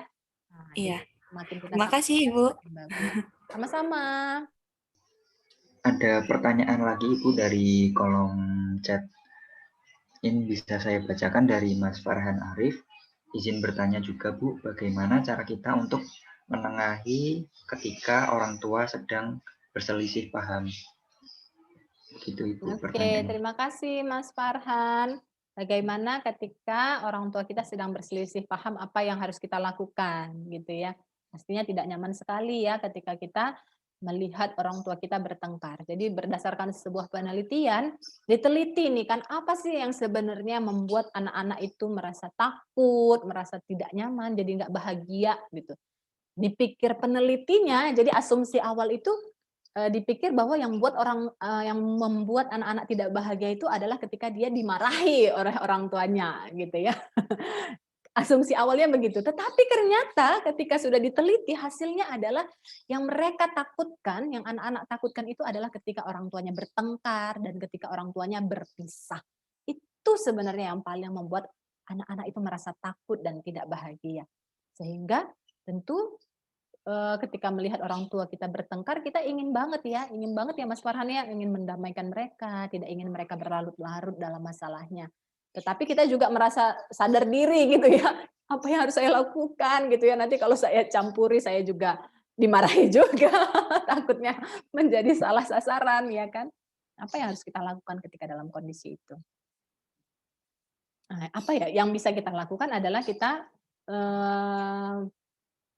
bisa sih kita kalau misalnya udah dewasa gini kita bisa mencoba menjembatani ya. Kalau mungkin anak-anak kita masih terbatas ya. Tetapi ketika kita sudah tambah dewasa seperti ini kan kita bisa berperan sebagai mediator mereka. Nah, kalau kita berposisi sebagai mediator artinya kita harus netral. Yang perlu kita pahami bahwa kadang-kadang kan kita punya kecenderungan ya, ini pasti Bapak yang salah, ini pasti Umi yang salah nih, Umi keras kepala misalnya. Biasanya kita sudah punya kecenderungan siapa yang salah, siapa yang benar. Nah, ini yang perlu kita netralkan. Bahwa kalau kita ingin memposisikan diri sebagai juru damai atau mediator, maka kita harus netral. Kita dengarkan kedua belah pihak. Nah, boleh di lain waktu, Mas Farhan, tidak harus pada saat mereka bertengkar kita masuk, tetapi kita bisa memilih waktu nanti ketika mereka sudah reda, kita datangi satu persatu. Apa sih Pak masalahnya, gitu kan? Apa yang Bapak rasakan? Tanya apa yang dirasakan dulu, gitu ya. Jadi kita bisa mendengar itu membuat kita dapat informasi yang lebih banyak. Mendengar apa yang Bapak rasakan. Nah, kemudian nanti ke mama apa yang mama rasakan gitu ya, apa harapan mama, apa harapan papa ditanya. Lalu kan sudah tahu nih, sudah tahu versinya mama apa, versinya papa apa. Kita dong yang menjembatani itu gitu loh. Ketika kita sudah tahu maunya apa. Karena orang bertengkar itu dia nggak bisa melihat maunya bapak apa, maunya mama. Maunya dia yang didengar gitu ya. Nah, ketika kita berperan sebagai mediator, kita bisa sampaikan itu. Nah, bisa juga tambah dibumbui bahwa sebenarnya papa sayang mama gitu kan. Nah, ya dipermanis gitu karena tujuan kita kan ingin mempersatukan, ingin memperbaiki hubungannya. Maka jangan jadi kompor ya, malah manas-manasi. Nah, kita jadi sesuatu yang bisa mendamaikan perasaan mereka. Begitu Mas Farhan ya. Mudah-mudahan papa mama baik-baik, tambah harmonis lagi ya. Enggak apa-apa Baik, ya. Bu. Enggak Terima apa-apa. kasih, Bu. Iya, jadi orang tua itu kadang bertengkar yaitu karena egonya ya, tetapi pada prinsipnya mereka saling menyayangi, hanya itu tadi ya, butuh mendengar satu sama lain aja. Ya. Selanjutnya, Baik Bu, ada 2 pertanyaan lagi di kolom komentar Ibu, yaitu dari Mbak Valendelina dan Mbak Aulia Farah. Yang pertama dari Mbak Valen, yaitu izin bertanya Bu, bagaimana tips mengontrol diri untuk memprioritaskan mana yang kebutuhan dan mana yang keinginan? Seperti itu Bu. Ini dari Mbak Valen dulu. oke, Mbak Valen, terima kasih. Bagaimana cara kita memprioritaskan apa yang menjadi kebutuhan, apa yang menjadi keinginan? Keinginan itu sifatnya bisa ditunda, gitu ya. Misalnya baju baru, ini mau Lebaran, pengen baju baru dong. Nah, kita bisa tunda ketika kita bisa melihat, oh ternyata saya masih banyak nih baju-baju baru yang dulu juga belum dipakainya pas Lebaran doang, misalnya. Nah, itu kan kita bisa tunda, tapi kita bisa modifikasi. Oh, misalnya bajunya pink gitu ya, kita bisa modifikasi dengan jilbabnya misalnya. Jadi tetap terlihat baru tanpa harus beli sesuatu yang baru dengan modifikasi itu kan ya, sehingga apa keinginannya bisa ditunda. Nah, kalau kebutuhan ada sesuatu yang memang kalau kita nggak beli ya kita kekurangan, misalnya kayak makan ya. Kalau nggak makan jadinya lapar, bisa sakit gitu. Nah, itu kebutuhan. Kebutuhan itu sifatnya primer, jadi harus terpenuhi supaya kita bisa survive. Ya, jadi prioritas tadi itu tadi bagaimana menjaga prioritasnya. Nah, ya itu Mbak Valen bisa list mendaftar apa-apa saja yang bisa dikonsumsi dari misalnya Mbak Valen punya uang jajan berapa nih dalam sebulan budgetnya gitu kan. Nah, itu bisa dirancang-rancang pengeluarannya ke arah mana aja, mana yang bisa ditekan. Nah, kalau Mbak Valen bisa berhemat misalnya menekan pengeluaran sehingga keinginan bisa diambil dari sisa kebutuhan yang ditekan tadi. Atau Mbak Valen bikin cara lain, yaitu dengan menambah pendapatan. Jadi kalau nggak mau keinginannya, kalau pengen ya saya pengen Bu gitu ya, nah, maka berarti harus ada strategi lain, yaitu dengan menambah pendapatan Mbak Valen. Misalnya selama ini pendapatannya dari orang tua atau dari suami, nah, kita buat tambahan lain dong. Misalnya kita ikut berwirausaha atau kita kembangkan skill kita. Apa nih yang bisa dijual dari diri saya? Misalnya saya pinternya mendesain, ya. Oh saya buat dong publikasi tentang jasa desain, misalnya untuk teman-teman kah, untuk umum, nanti diiklankan. Nah, sehingga kita bisa dapat pemasukan dari skill yang kita punyai. Nah, itu lebih asik lagi. Jadi keinginannya bisa tetap terpenuhi dan juga dapat tambahan pendapatan. Begitu ya, Mbak Valen. Baik, Bu. Terima kasih banyak. Sama. Masih banyak pertanyaan Ibu di kolom komentar. Bertambah terus ya, Mas ya. Ya. Semakin hangat ya. Terus? Oke. Dari selanjutnya ada dari Mbak Aulia Farah. Izin bertanya Bu, ketika sedang mengalami suatu hal yang sulit, adakah tips untuk menyampaikan kabar buruk kepada keluarga, terutama dari anak ke orang tua Bu? Seperti itu. Iya, terima kasih Mbak Aulia. Ya, jadi kalau kita lagi ada kesulitan nih, misalnya nih kalau yang lagi kuliah ya kesulitannya apa? Misalnya kesulitan di skripsinya belum selesai-selesai Bu, ditolak-tolak terus, misalnya terlalu banyak revisi. Nah, sehingga misalnya wisudanya harus ditunda. Nah, bagaimana cara mengkomunikasikannya? Ya sampaikan saja gitu ya, kita sampaikan secara terbuka tentang persoalan yang kita hadapi. Oh, Ibu ini target wisudanya yang misalnya kapan wisuda? Mei ya. Nah, misalnya April, harusnya April, tetapi sepertinya akan mundur ke Oktober karena dari dosen belum meng-ACC skripsi saya. Begini disampaikan saja sehingga orang tua juga tidak bertanya-tanya. Intinya ketika anak itu mau terbuka, mengkomunikasikan kondisinya, itu udah menenangkan orang tua walaupun belum sesuai harapan ya, kan harapannya misalnya anaknya wisuda awal nih. Nah, tetapi tidak bisa. Tapi ketika kita komunikasikan itu akan membuat hati mereka tenang. Ya, karena Bu Sukma juga pernah tuh punya adik gitu kan, ya itu terkendala dosennya bolak-balik ke luar negeri gitu ya. Jadi mau dijumpai nggak bisa gitu. Sementara orang tua kan takut ya, aduh gimana nih adiknya, tanya ke Bu Sukma terus gimana menghadapinya. Ya udah sabar doakan gitu kan. Nah, percaya gitu, dipercaya. Nah, untuk membuat orang tua kita percaya kan mereka butuh kita komunikasi kan. Nah, sampaikan aja kepada mereka bahwa kita ini bukan diam saja loh, bahwa di sini kita tidak hanya diam atau berputus asa, tapi kita juga terus berusaha. Nah, itu sampaikan secara terbuka, insya Allah orang tua paham. Ya, jangan takut ya, Mbak Aulia. Sebelum nelpon bisa berdoa dulu, Mbak Aulia. Berdoa dulu, misalnya supaya orang tua bisa memahami dan menerimanya dengan baik. Gimana supaya orang tua bisa menerima, Bu? Nah, dipuji-puji dulu. Ya, teknik komunikasi itu kan puji, kritik, atau sampaikan masalahnya, puji lagi, gitu ya. Jadi awali dengan pujian, sampaikan masalah kita, tutup lagi dengan pujian. Misalnya, Umi baik banget deh gitu ya. Misalnya Bunda baik banget, Dedek sayang sama Bunda. Oh iya Mi, ini rencana wisudanya mundur nih karena dosennya begini. Nah, Umi Adik yakin Umi bisa menerimanya misalnya. Jadi puji lagi gitu ya. Jadi teknik komunikasinya kita sesuaikan gitu ya, begitu. Sama yang penting di hati kita yakin bahwa orang tua kita bisa menerima kita apa adanya. Begitu juga kita ke orang tua kita. Begitu ya Mbak Aulia. Ya Bu, makasih Bu. Ya. Selanjutnya dari Mas Gagas Dali. Mungkin ini pertanyaannya menyambung ke tadi pertanyaan dari Mas Farhan Bu.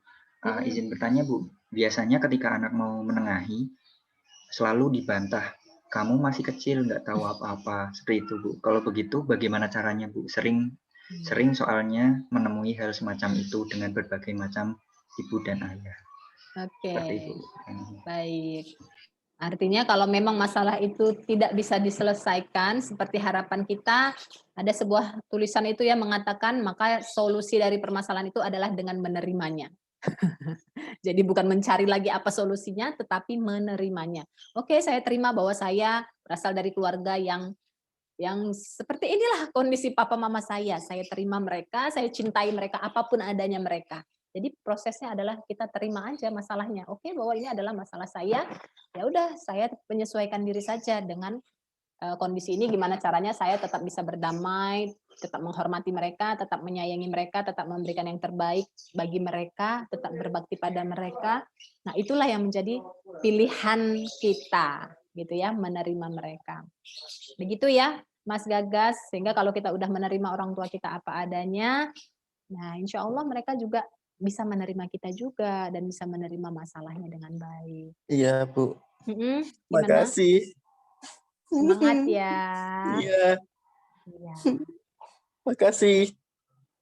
Ya, Mas Bagas, ya semua orang punya masalahnya masing-masing. Nggak ada yang bebas dari masalah. Bu Sukma juga punya masalah, ya. Yang lain juga pasti punya masalah yang berbeda-beda. Nah, gimana caranya kita bisa menerima masalah kita dengan lapang hati. Dan kontribusi kita apa? Kontribusi kita menjadi versi terbaik kita. Ya, nantinya misalnya ya orang tua ini lagi bertengkar-bertengkar, ketika melihat anaknya berprestasi, anaknya manfaatnya banyak, mereka jadi mengecilkan masalahnya. Aduh Pak, ngapailah kita bertengkar-tengkar gini terus ya, tuh lihat anak kita gitu sukses apa, udah deh kita tenang damai gitu ya, anaknya berhasil apa sih yang mau kita ributin. Nah, mereka bisa sampai kepada tahap itu. Nah, itu kontribusi kita bisa dari situ. Nah, menjadi versi terbaiknya kita. Oke. Oke Bu, masih ada 2 pertanyaan lagi Bu. Yang selanjutnya ada dari Mas Arul. Izin bertanya Bu, ada kondisi umum bagi orang tua gen untuk tetap tegar dan tidak menampakkan segala kesulitan di depan anak-anaknya. Dan secara tidak langsung kita sebagai anak juga melakukan hal yang sama. Sebentar, pertanyaan lanjut di bawah. Apakah itu bisa disebut komunikasi yang baik, Ibu? Bagaimana supaya orang tua bisa tetap tegar ketika ada masalah? Persoalannya adalah kita tidak bisa mengendalikan orang lain. Itu di luar wilayah kekuasaan kita.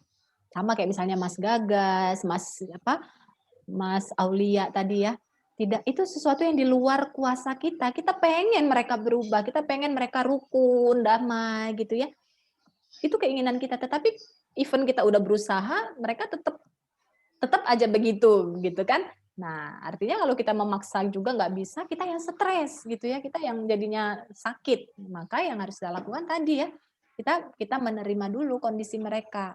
Nah, sehingga kalau kita udah menerima, hati kita kan jadi lapang, kita jadi bisa fokus kepada hal baik dalam diri kita maupun hal baik pada orang tua kita. Di balik kekurangan mereka tadi ya, misalnya mereka senang bertengkar, mereka lagi ada masalah, mereka juga pasti punya sisi baik.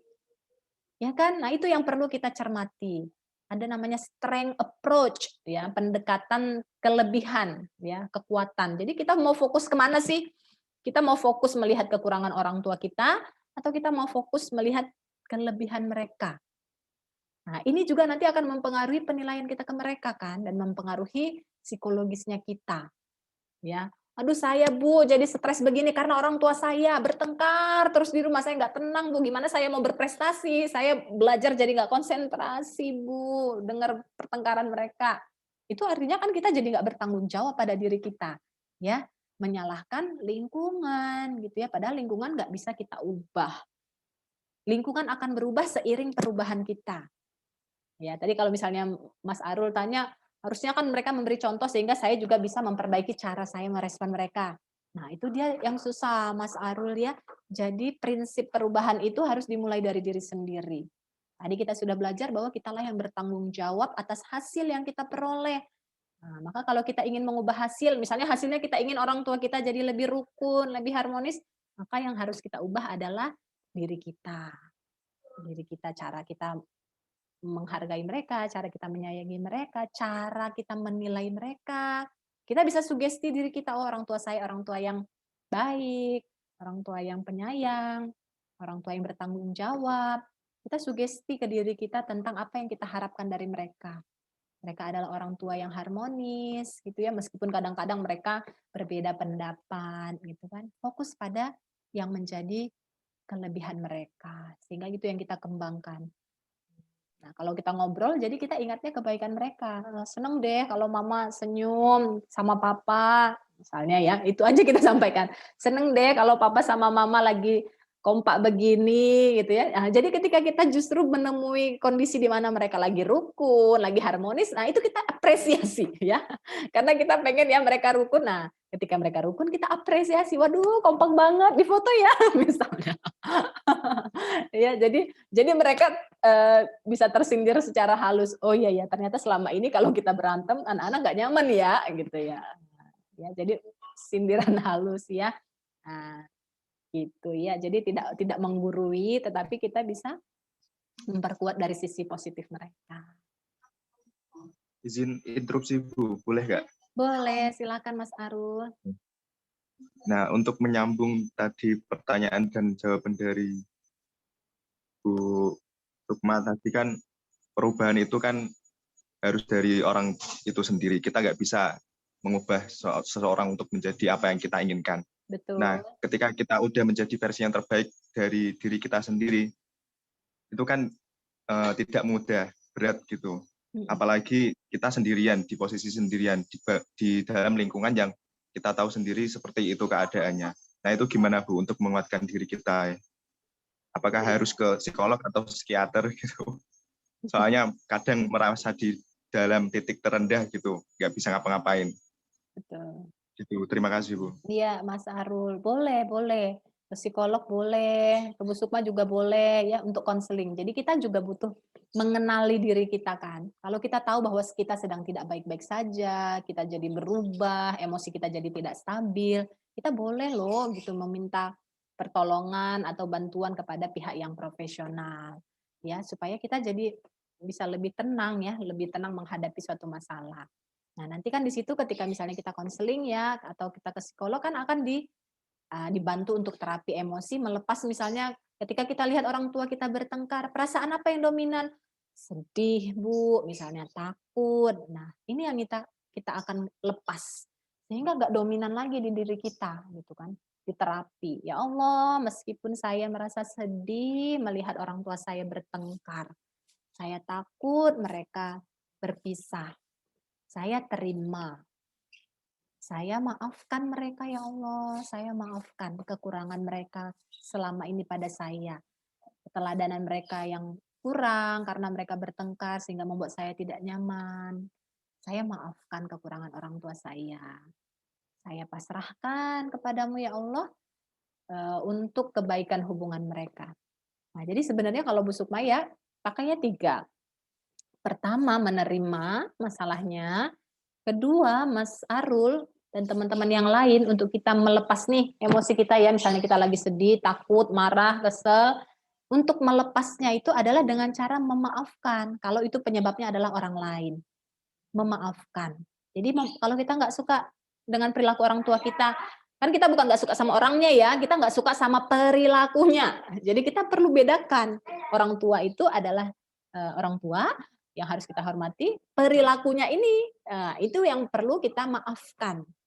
Ya, jadi ada kadang-kadang perilaku orang yang kayaknya nggak pantas dimaafin misalnya. Nah, kita bisa maafkan itunya orangnya misalnya. Kalau misalnya ke orang tua kita bisa maafkan perilakunya. Itu tadi yang bertengkar di depan anak-anak membuat saya jadi merasa tertekan. Ya, saya maafkan ya Allah orang tua saya. Ya, jadi cara untuk melepas emosi kita adalah dengan proses pemaafan. Nah, pemaafan itu harus dilakukan secara sadar, teman-teman. Bu, saya sudah maafin, tapi dia gitu lagi. Berarti kita harus menerima tadi ya, menerima. Tetapi biasanya ketika kita sudah memaafkan secara total, mindset kita terhadap mereka berubah. Dan mereka tanpa entah bagaimana caranya itu jadi berubah, lebih kalem. Coba deh nanti dipraktekkan. Jadi ada namanya skor 0 sampai 10 skalanya ya. Kalau teman-teman udah belajar belum skala konseling itu ya. Nah, jadi dicek misalnya Mas Arul tadi perasaan apa yang dominan ketika melihat orang tuanya bertengkar? Oh, saya sedih, Bu, misalnya. Sedihnya berapa, Mas? Dari 0 sampai 10? 10, sedih banget, Bu. Pokoknya sedih sampai nggak bisa makan, sampai nggak bisa tidur, Bu, kepikiran. Oke, ya sedih. Nanti itu tadi Mas Arul melakukan proses pemaafan. Sambil matanya merem, kalimat sugestinya tadi diulang-ulang. Ya Allah, saya terima kondisi orang tua saya maafkan kekurangan mereka. Nah, saya pasrahkan padamu. Jadi istilahnya letting go. Letting go itu kita terima dulu masalahnya, lalu kita lepaskan lagi ke atas. Karena yang datangin masalah Allah, yang selesaikan masalah juga Allah. Ya kan? Kita hanya memilih respon yang tepat saja sehingga kita tidak terganggu dengan permasalahan yang datang tersebut. Seperti itu ya. Nah, nanti kemudian dicek lagi skalanya. Tadi 10, sekarang setelah terapi berapa? Oh, masih 5. Berarti masih ada nih sisa-sisanya. Lakukan lagi sampai kemudian Mas Arul merasa benar-benar nyaman. No. Biasanya ketika kita sudah full nih, itu tiba-tiba orangnya berubah loh. Bu Suma sering gitu ya. Kalau misalnya lagi kesel sama orang, ya udah diterapi rasa keselnya dilepaskan atau kemudian dipercepat dengan kita mendoakan ya. Misalnya lagi lihat orang tua bertengkar, doakan mereka. Jadi tidak ikut kesel ya karena emosi kan menular ya. Jadi kalau ngelihat orang marah-marah itu kan kita jadi ikutan marah ya. Karena panas situasinya. Nah, gimana cara kita menenangkan perasaan kita? Bisa dengan mendoakan. Ya Allah, sedih melihat orang tua bertengkar. Ampunkan dosa mereka ya Allah, maafkan mereka, lembutkan hati mereka, sayangilah mereka ya Allah, saya sayang banget sama mereka, ingin mereka hubungannya baik, rukun, doakan ya, doakan mereka. Nah kemudian kalau untuk diri kita ini ya sebagai korban ya, nah, tapi kita nggak boleh sering-sering menempatkan diri sebagai korban, nah, karena kita yang bertanggung jawab tadi ya, maka kita perkuat self love-nya, ya teman-teman tahu self love? Mencintai diri sendiri. Mencintai diri sendiri artinya kita menerima diri kita apa adanya. Oh ya, bahwa saya berasal dari keluarga yang tidak baik-baik saja. Saya terima diri saya. Saya terima juga. Pokoknya kita menerima diri kita deh. Nah, memaafkan diri kita juga. Kalau misalnya kita kadang-kadang ikut jadi marah ke orang tua karena mereka bertengkar ya, emosi kita jadi kita juga ikutan marah ke mereka. Kita memaafkan diri kita juga, gitu ya. Nah, itu self love. Nah, begitu ya. Kita bisa juga memeluk diri kita. Misalnya kita lagi sedih kan kita butuh nih orang mengerti kita. Kalau nunggu orang lain meluk kita mungkin kayaknya susah gitu ya. Maka kita peluk diri kita sendiri. Aku bangga sama kamu. Kita kasih puji-pujian ke diri kita. Kamu kamu bisa melewati semua ini. Kamu anak yang hebat. Nah, kamu bisa melewati ini. Gitu. Jadi kita mensugesti diri kita sendiri. Nah, begitu ya, Mas Arul ya. Dan teman-teman, mudah-mudahan tambah baik. Bu, terima kasih, Bu. Baik, Ibu, pertanyaan terakhir di kolom chat dari Mbak Anissa. Mohon izin bertanya, Bu, bagaimana ya tips dan trik untuk probing atau bertanya lebih mendalam kepada anak lelaki atau suami, karena biasanya mereka itu lebih tertutup kalau ada masalah, dan kalau sudah ditanya kenapa kakak kenapa, papa kenapa, kakak kenapa, pasti jawabannya nggak kenapa-kenapa kok, padahal sebenarnya kelihatan lagi ada problem tapi nggak mau cerita karena takut kita istri atau ibunya ikut kepikiran. Terima kasih banyak sebelumnya, Bu. Gitu. Ya, terima kasih pertanyaannya.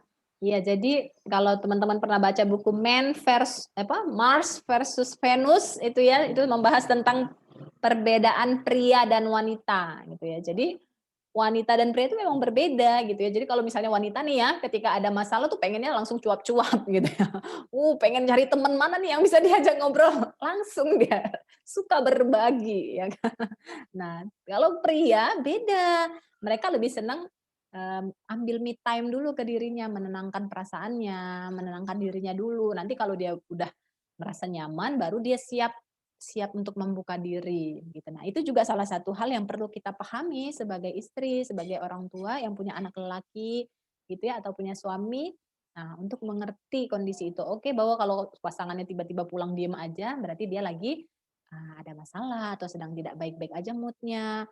maka kita kasih jeda dulu, nggak apa-apa, kasih ruang untuk dia berdamai dengan dirinya, dengan kita bisa, yang harus kita lakukan apa? Nah, kita memfasilitasi untuk yang bisa membuat mood-nya kembali baik, gitu ya, nggak perlu tanya masalahnya dulu, nggak usah, biar cerita nanti boleh, tapi kita mengkondisikan supaya mood-nya baik dulu, misalnya memberi hidangan yang hangat, gitu ya, atau memberikan pelayanan yang baik, dan cara-cara lain yang bisa membuat perasaan anak ataupun pasangan kita itu jadi lebih oke dari sebelumnya.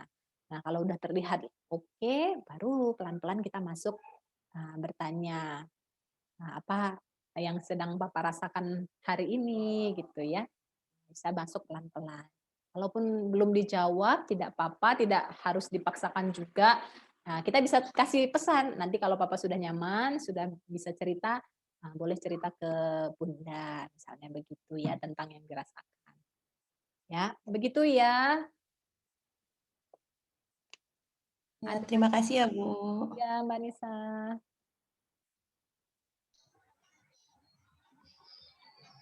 Mungkin ada pertanyaan terakhir Bu ini. Mungkin teman-teman, ini pertanyaan terakhir. Izin bertanya Bu, bagaimana cara menyikapi saudara yang sulit untuk diajak komunikasi? Dalam artian dia tidak mau mendengarkan. Dia lebih memilih ngambek dan merasa dia selalu salah. Padahal kita mencoba untuk menasehatinya. Terima kasih Ibu. Iya betul. Ini teknik komunikasinya ya. Kita pengen ketika saudara kita ada kesalahan atau kita melihat dia kok murung aja gitu ya. Kita pengen membantu gitu ya, niat kita pengen membantu, tetapi kadang-kadang bantuan yang kita tawarkan justru disalahpahami karena dia jadi merasa tadi ya, merasa disalahkan, merasa dia dipojokkan, jadinya merasa tidak nyaman. Nah, lantas apa yang harus kita lakukan ketika kita punya saudara yang dalam kondisi seperti itu, gitu ya. Jadi saya pernah punya klien itu ya, jadi ya saudaranya ingin bantu, tetapi ya itu dia merasa kesel karena misalnya keluar statement-statement yang dalam tanda petik menggurui atau memojokkan. Kamu tuh jangan ngurung diri terus di dalam kamar, ayo sana olahraga atau apa gitu ya. Jadinya dia apa ya, perasaannya merasa tidak dimengerti, merasa tidak dipahami gitu kan. Nah, jadi memang kalau tadi Mbak, siapa tadi ya, kalau Mbak ingin misalnya membantu saudaranya atau temannya yang sedang dalam kondisi bermasalah, yang perlu kita lakukan cukup mendengar saja apa yang kamu rasakan gitu kan. Jadi kemudian kita kalau misalnya mau memberi saran, berikan ketika diminta. Nah itu ya, kalau kita ketemu dengan orang-orang yang sensitif nih, kita bisa berhati-hatilah gitu, maksudnya dalam artian kita memberi masukan atau nasihat ketika sudah diminta saja gitu. Nah, kalau belum ya kita posisikan diri kita sebagai pendengar yang baik aja supaya dia mengeluarkan perasaan-perasaan tidak nyamannya gitu kan, unek-uneknya, dan kita menerima apapun yang dia bilang, penilaian apapun yang dia berikan kepada kita. Misalnya kamu nggak nyaman kepada saya, apanya sih yang buat kamu nggak nyaman kepada mama, kepada saya, misalnya sebagai saudaranya, bla bla bla bla bla bla bla, misalnya. Oke. Nah, terus respon kita apa? Ya minta maaf ya kalau kamu tidak nyaman dengan cara saya selama ini, maafin saya ya, saya sayang kamu, gitu kan. Saya sayang kamu, udah cukup gitu. Jadi tidak usah kita kemudian membela diri, maksud saya tidak begitu, maksud saya tidak usah membela diri. Nah, karena ketika dia mau cerita aja dia, dan ketika ceritanya diterima, itu udah obat kok, gitu ya. Itu udah obat ketika ceritanya atau pendapatnya diterima, itu udah obat bagi mereka. Begitu teman-teman sekalian. Terima kasih Bu atas jawabannya. Sama-sama Mbak Elma. Ini Mas Nafinya sepertinya keluar ya? Benar Ibu, sepertinya Mas Nafinya keluar.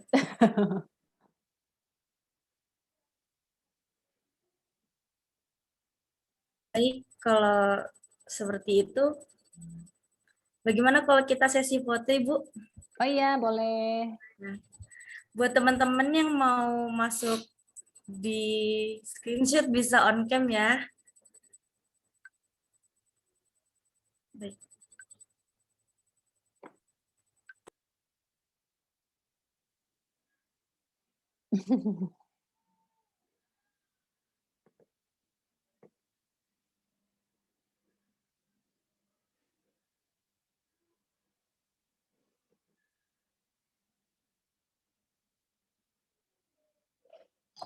Sudah, saya hitung ya. Miss. 1, 2, 3. Sudah Ibu, sudah teman-teman. Terima kasih. Oke. Terima kasih Bu, mohon maaf tadi saya terlempar. Mas Nafi tadi kemana jalannya? Iya. Tadi saya connection. Oke, baik.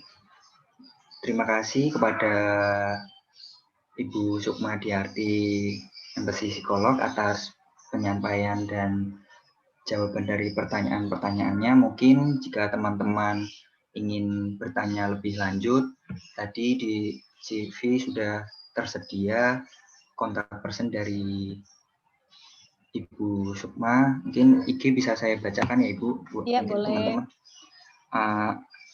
Instagram dari Ibu Sukma yaitu Sukma Diarti _psikolog, seperti nama yang di Zoom ini teman-teman. Mungkin dari teman-teman ingin memfollow Instagram dari Ibu Sukma, bisa dicek di Instagram @busukma Diarti _psikolog. Seperti itu teman-teman, terima kasih atas waktunya yang telah diluangkan untuk mengikuti acara psikoedukasi pada pagi hari ini. Saya dari moderator mengucapkan mohon maaf apabila ada salah-salah kata dalam memandu jalannya acara. Sekian. Billahi taufiq wal hidayah. Wassalamualaikum warahmatullahi wabarakatuh.